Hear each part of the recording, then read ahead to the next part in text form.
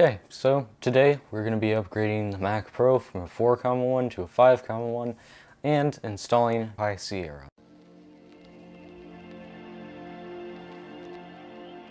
So the first thing that I did was I installed the EFI update and the actual flashing tool thing.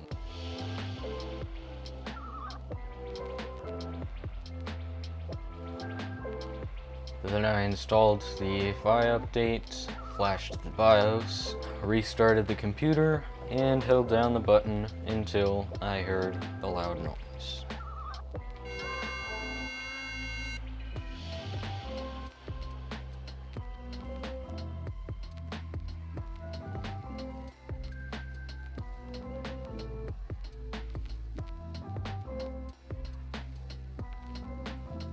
After that, I went to the App Store, downloaded High Sierra, and installed it, which took a very, very long time.